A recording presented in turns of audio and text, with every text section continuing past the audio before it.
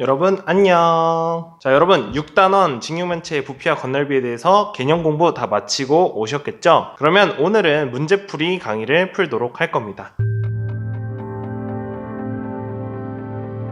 수학 익힘책 77쪽 6단원 직육면체의 부피와 건널비 바로 시작해 볼게요. 자, 여러가지 문제들을 풀어보기 전에 이 단원에서 가장 핵심이고 가장 기초적인 직육면체의 건널비와 부피를 구하는 방법을 직접 보여주도록 할게요. 아주 쉽게 구하는 방법이니까 모두들 한번 따라해 보시면 좋을 것 같아요. 수학 익힘책 83쪽에 있는 카스테라 관련된 문제인데요. 이 도형을 이용해서 부피와 건널비를 한번 구해 보도록 할게요. 선생님은 문제 풀기 전에 가세의 높을 미리 써둡니다. 가로가 15cm, 세로는 20cm, 높이는 10cm예요. 자, 이 녀석을 써서 부피를 먼저 구해보죠. 부피는 우리 가세의 높이죠. 따라서 모두들 곱해주면 3000세제곱cm가 부피가 나옵니다. 바로 건널비도 풀어볼게요. 우리 건널비는 6면을 다 더하거나 3면의 합을 구해서 곱하기 2를 하는 방법을 택했죠. 근데 그런 게 아니라 건널비는 가세의 높을 써놓으시고 가로와 세로에 곱한 요 녀석 300, 세로와 높이를 곱한 200, 또 가로와 높이를 곱한 150, 이렇게 세 수를 구할 수 있네요. 이 녀석들은 각각 다른 면의 넓이를 뜻합니다. 즉 이 세 면을 다 더하시면 650이 나옵니다. 이 면이 각각 두 개씩 있기 때문에 1300제곱센티미터가 건널비가 되는 거죠. 자, 이렇게 선생님은 부피와 건널비 문제를 풀 때 항상 가세의 높을 써놓고요. 부피는 3개를 다 곱해주시면 되고, 건널비는 요렇게 하나, 요렇게 하나, 요렇게 하나, 이렇게 3개의 면을 구하시고 더한 다음 곱하기 2를 해주는 방법을 쓰고 있습니다. 이 방법을 연구해 두는 것도 좋을 것 같아요. 그럼 이제 오늘 본격적인 강의 시작해 볼게요. 자, 첫 번째 문제는요, 수학 익힘책 78쪽에 있는 1번과 2번을 풀어보도록 할 겁니다. 한번 따라와 보죠. 자, 세 직육면체가 나오는데 가로, 세로, 높이 중 가로의 길이가 다들 비어 있어요. 이럴 때 어떻게 비교를 하면 좋을까요? 첫 번째 방법은 크기가 같은 면을 대고서 비교하는 거죠. 이 2 곱하기 5의 면 두 개를 대본 다음에 더 긴 것이 더 부피가 크다라고 생각하면 되겠네요.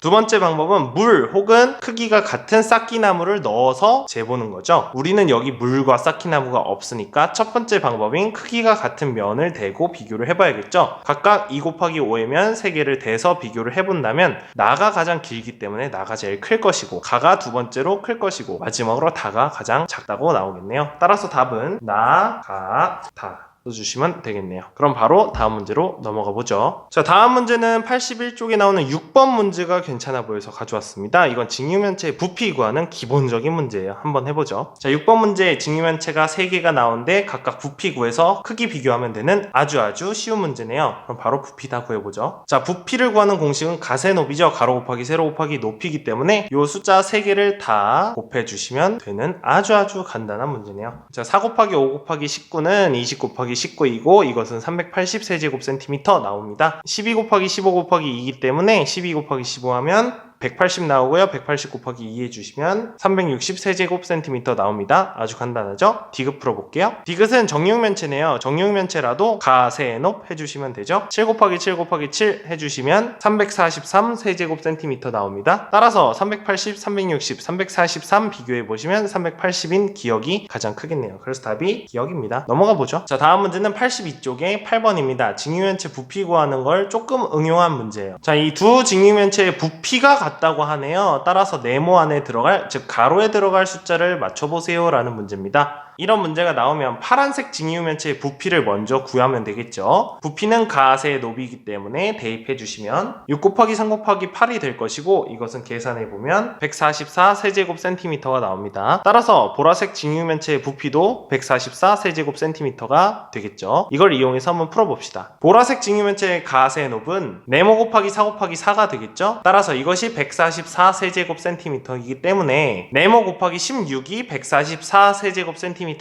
따라서 네모에 숫자를 넣어보시면 네모는 9가 됩니다. 그래서 보라색 직육면체의 가로의 길이는 9cm가 되는 거예요. 다음 문제로 넘어가 볼게요. 자, 84쪽에 3번 문제입니다. 미터 세제곱과 세제곱센티미터를 왔다 갔다 할 수 있냐라는 걸 묻고 있는 문제인데요. 1세제곱미터는 세제곱센티미터로 바꾸게 됐을 때 공이 6개가 붙습니다. 따라서 공 6개라는 거, 이 소수점 6자리의 이동만 알아두시면 아주 쉬워요. 바로 풀어보죠. 3세제곱미터는 몇 세제곱센티미터냐 거냐는 문제네요. 그러면 3을 써주시고 공을 6개 붙이시면 됩니다. 000000 300만 세제곱 센티미터. 아주 쉽죠? 2.5 놓고 소수점을 하나, 둘, 셋, 넷, 다섯, 여섯 가운데다가 공을 붙여주면 250만 세제곱 센티미터. 아주 쉽죠? 이번엔 거꾸로 세제곱 센티미터를 세제곱 미터로 바꿀 겁니다. 공을 6개 없애버리면 되겠죠? 하나, 둘, 셋, 넷, 다섯, 여섯, 50 세제곱 미터 나오고요. 하나, 둘, 셋, 넷, 다섯. 공을 없앨 게 없네요. 그러면 소수점을 찍어주면 되겠죠? 따라서 4.5 세제곱 미터가 되겠습니다. 공 6개만 기억하시면 되는 아주 간단한 문제였어요. 넘겨볼게요. 드디어 부피가 끝나고 건널비 구하는 문제가 나왔습니다. 페이지 87쪽에 있는 2번 문제를 통해서 연습해 보도록 하죠. 페이지 87쪽에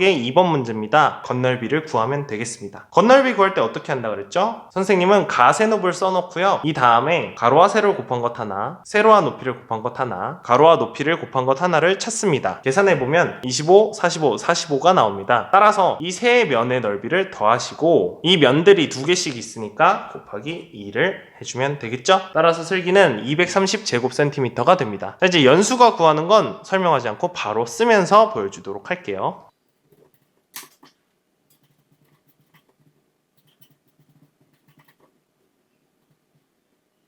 슬기가 만든 상자의 건널비가 22제곱센티미터가 더 크다고 알 수 있겠네요. 바로 넘어가 볼게요. 자, 오늘 문제풀이 마지막 문제입니다. 88쪽에 나오는 3번 전개도가 있는 문제의 형태를 한번 구해보도록 할게요. 자, 정육면체의 전개도가 나왔습니다. 선생님이 전개도 나오는 문제를 풀 때는 항상 전개도에 일일이 표시를 해주면서 풀라고 했습니다. 다만 이 문제는 정육면체이기 때문에 아주 쉬워집니다. 왜냐하면 정육면체는 모든 면이 합동이기 때문이죠. 따라서 한 면만 구해주면 이 면이 6개가 있기 때문에 아주 쉽습니다. 식은 25제곱센티미터인 면이 6개 있기 때문에 따라서 답이 150제곱센티미터가 됩니다. 자, 오늘 수학 익힘책 문제풀이는 여기까지고요. 6학년 1학기 한 학기 동안 이 어려운 수학하느라 모두들 정말로 고생 많았습니다. 자, 이제 다들 방학이 시작될 텐데 방학 동안에 좋은 시간 보내시고 여러분 안녕.